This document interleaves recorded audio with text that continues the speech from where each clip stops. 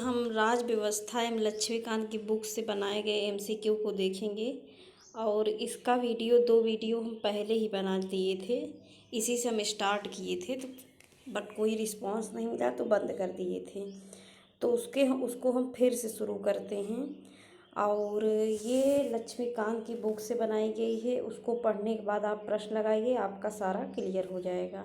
तो इस सीरीज को आप लोग मिस मत करिए। और इसका आंसर आप सोच भी सकते हैं और एक्सप्लेनेशन सहित हम एक्सप्लेन भी करेंगे। तो चलिए शुरू करते हैं। आज का प्रश्न है कि 1773 का रेगुलेटिंग एक्ट था, तो उसके बारे में आपको ये बताना है कि इसमें से कौन सा सही नहीं है। तो इसमें से यही सही नहीं है कि 1773 में कलकत्ता में हाई कोर्ट की स्थापना हुई। तो 1774 में हुई है, 1773 में नहीं। और इसमें एक मुख्य न्यायाधीश और 3 अन्य थे। और एलिजा इम्फे जो थे इसके मुख्य न्यायाधीश थे। ये भी प्रश्न बना है। और इस अधिनियम के द्वारा क्या हुआ कि बंगाल के गवर्नर को बंगाल का गवर्नर जनरल नाम दिया गया। और इसके अंतर्गत सिर्फ बंगाल ही नहीं था, मद्रास और बम्बई के गवर्नर भी इसके अंतर्गत आते थे। और बंगाल का प्रथम गवर्नर जनरल कौन था? Warren Hastings. और ईस्ट इंडिया कंपनी पर नियंत्रण रखने का ये पहला प्रयास था। और 1773 की कमियों को दूर करने के लिए ही 1781 एक संशोधित अधिनियम आया। इसे क्या कहा गया? Act of settlement. तो ये भी प्रश्न बन जाता है कि एक्ट ऑफ सेटलमेंट कौन है? तो 1781 का जो अधिनियम है। अब आपको इसमें से बताना है कि 1784 के बारे में इसमें से कौन सा कथन सही नहीं है। तो इसमें से आपको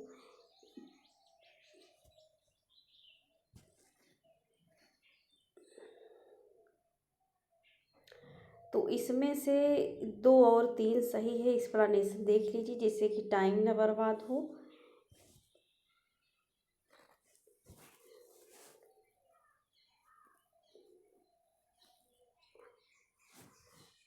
इस अधिनियम के द्वारा ब्रिटिश संसद द्वारा कंपनी के राजनीतिक और व्यापारिक कार्यों को पृथक्करण किया गया। और इसमें जो बोर्ड ऑफ कंट्रोल है उसको राजनीतिक सत्ता दी गई और बोर्ड ऑफ डायरेक्टर का जो काम था वो प्रबंधन कार्य देखेगा।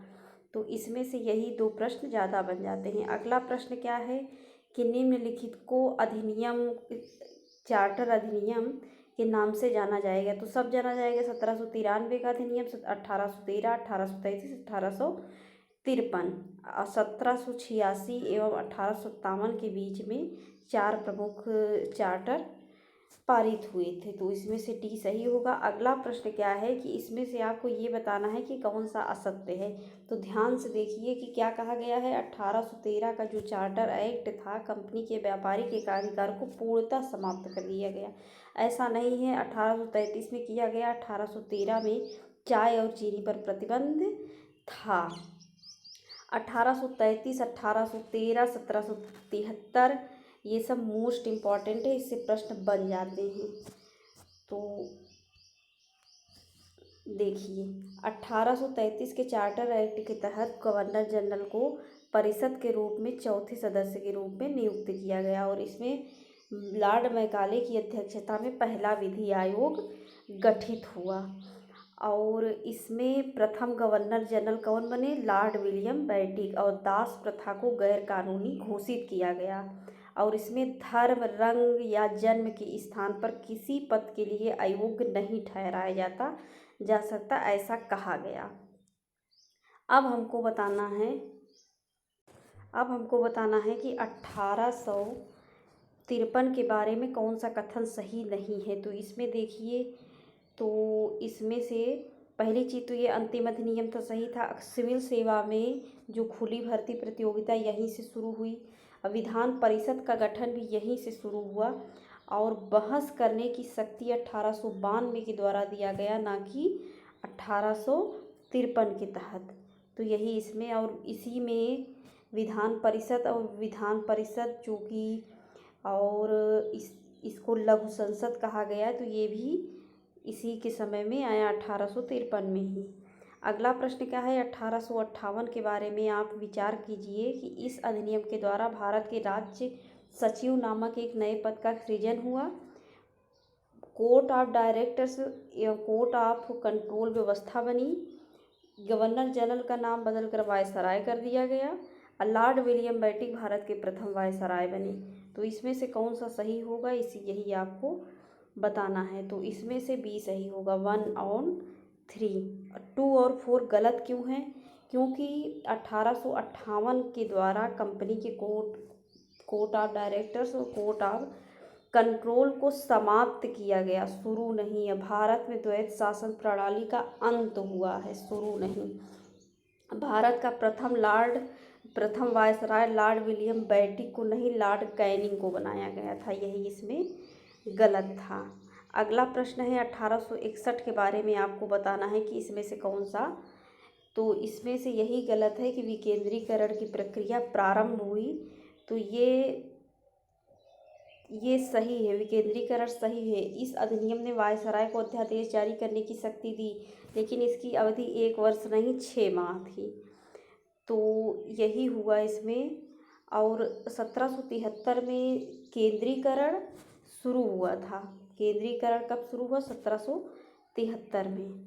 अगला प्रश्न 1909 के बारे में है।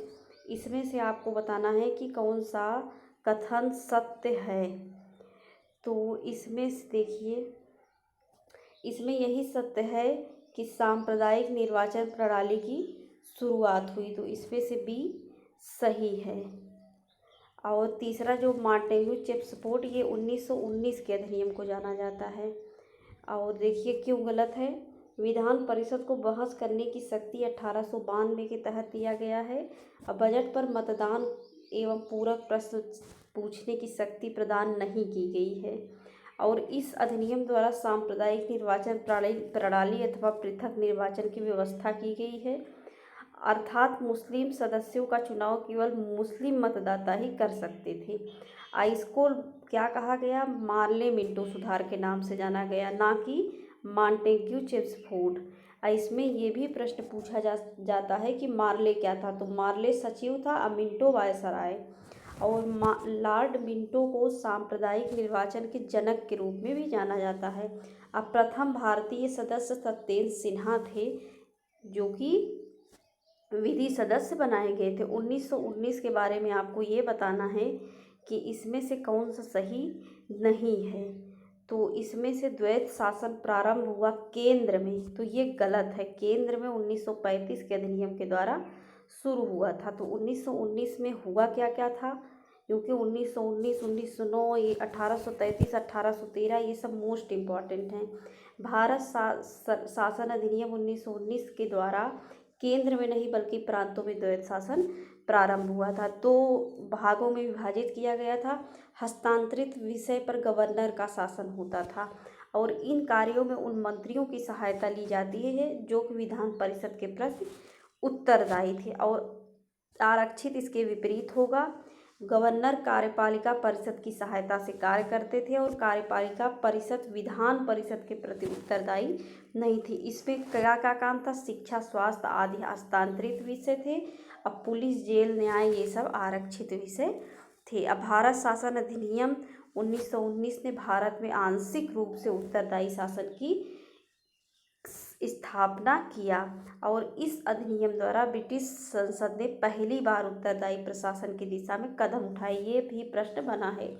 इस अधिनियम द्वारा केंद्र में पहली बार द्वैत शासन प्रणाली शुरू हुई।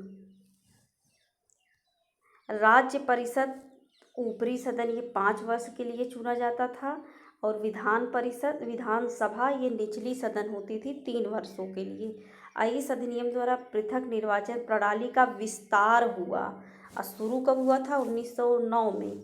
इसमें कौन कौन था, भारतीय, ईसाई, आंग्ल भारतीय तथा यूरोपी थे। और इसमें हुआ क्या कि केंद्र एवं प्रांतीय विषयों की सूची पहचान कर पृथक किया गया और केंद्रीय तथा प्रांतीय विधान परिषदों को अपनी सूची के विषय में विधान बनाने की शक्ति दी गई।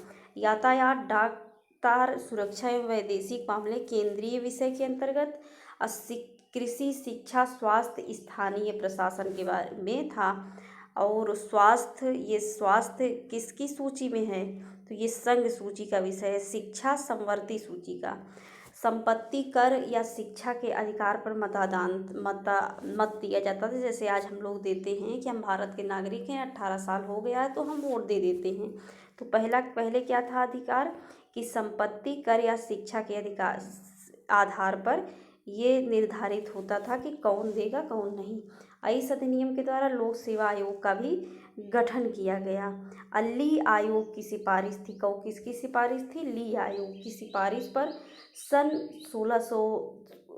1926 में सिविल सेवा के लिए केंद्रीय लोक सेवा आयोग का गठन हुआ। इस अधिनियम द्वारा केंद्रीय बजट को राज्य बजट से अलग किया गया। इस अधिनियम द्वारा एक वैधानिक आयोग का गठन हुआ। लंदन में भारत के उच्चायुक्त कार्यालय का सृजन किया गया। इस अधिनियम द्वारा 1919 के मार्टेग्यू चिप्सफोर्ड सुधार पर आधारित, जिसकी घोषणा कब की गई, 20 अगस्त 1917 में की गई। इसको लागू कब किया गया, 1921 में। और भारत में कब लागू हुआ, 1937 में। अब आपको इसमें बताना है, विचार करना है, 1935 का अधिनियम आ गया।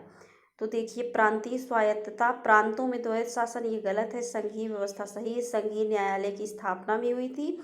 भारतीय रिजर्व बैंक की भी स्थापना हुई थी। तो इसमें से 1, 3, 4, 5 सही होगा। देख रहे हैं कि रिजर्व बैंक 1935 में, जबकि इसकी आवश्यकता सबसे पहले होती है। भारत शासन अधिनियम 1935 के अधिनियम 1919 में लागू की गई। प्रांतों में जो द्वैत शासन था उसे समाप्त किया गया और समाप्त करके केंद्र में द्वैत शासन प्रारंभ किया गया। केंद्रीय विषयों को आरक्षित एवं हस्तांतरित भागों में विभाजित किया गया। प्रतिरक्षा, वैदेशिक मामले और इसको आरक्षित विषय में डाला गया। और इसमें क्या हुई, सूची, संघ सूची, राज्य सूची, जो संवर्ती सूची है, इसका प्रावधान किया गया। अखिल भारतीय संघ अस्तित्व में ना आ सका था क्योंकि देशी रियासतें भी इसमें शामिल होने से इनकार कर दिया था। इस अधिनियम द्वारा संघ की राजधानी दिल्ली में, कलकत्ता वाला नहीं है, संघीय न्यायालय का प्रावधान किया गया। इसमें एक मुख्य न्यायाधीश, 3 अन्य न्यायाधीश के अतिरिक्त 2 अतिरिक्त न्यायाधीशों का प्रावधान था। सम्राट द्वारा न्यायाधीशों का चुनाव किया जाना था। किसके द्वारा, सम्राट द्वारा, जो 65 वर्ष की आयु तक अपने पद पर बना रहे। और 1937 में एक संघीय न्यायालय की स्थापना हुई। ये मोस्ट इम्पॉर्टेंट है जितना हम बता रहे हैं। और एक भारतीय रिजर्व बैंक की स्थापना हुई।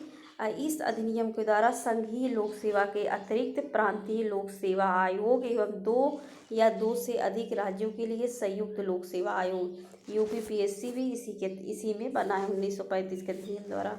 गवर्नर जनरल आपातकाल की घोषणा कर 6 माह के लिए केंद्रीय सरकार के सभी कार्यों को सीधे अपने उत्तरदायित्व में ले सकता था। अब आपको इसमें से बताना है कि कौन सा क्या है, कौन सा सही नहीं है।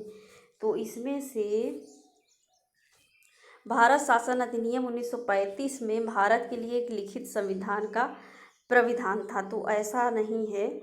और भारत शासन अधिनियम 1935 में भारत के लिए एक लिखित संविधान का उल्लेख नहीं था। ये था क्या, क्रिप्स मिशन में था। और क्या हुआ, 1935 के अनुरूप 1937 में वर्मा को भारत से अलग किया गया और भारत में राष्ट्रपति को अध्यादेश जारी करने की शक्ति दी गई। अनुच्छेद 123 के तहत ये भी प्रश्न बना है। भारत शासन अधिनियम 1935 में प्रांतीय स्वायत्तता पर प्रावधान किया गया। इसके तहत एक प्रांतीय कार्यपालिका एवं प्रांतीय विधान मंडल का प्रावधान किया गया और पहली बार द्विसदनीय विधानमंडल की स्थापना की गई। 6 प्रांतों में 2 सदनों की व्यवस्था की गई थी, मद्रास, बम्बई, बंगाल, बिहार एवं संयुक्त प्रांत असम। भारत शासन अधिनियम 1935 श्वेत पत्र पर आधारित था। सब देश का अपना एक आधार होता है, तो हमारे भारत का श्वेत पत्र है जिसे विभिन्न गोलमेज सम्मेलन के परिणाम स्वरूप तैयार किया गया था। तो आज के लिए बस इतना ही। हम सारे अधिनियम देख चुके हैं और ऐसे इसमें कम से कम 500 से ज़्यादा प्रश्न हैं और लक्ष्मीकांत इसमें पूरे कवर है एमसीक्यू रूप में। तो इस सीरीज का आप लोग लाभ उठाइए और हमको बताइए कि इस सीरीज को हम कंटिन्यू करें कि नहीं। तो thanks for watching this video.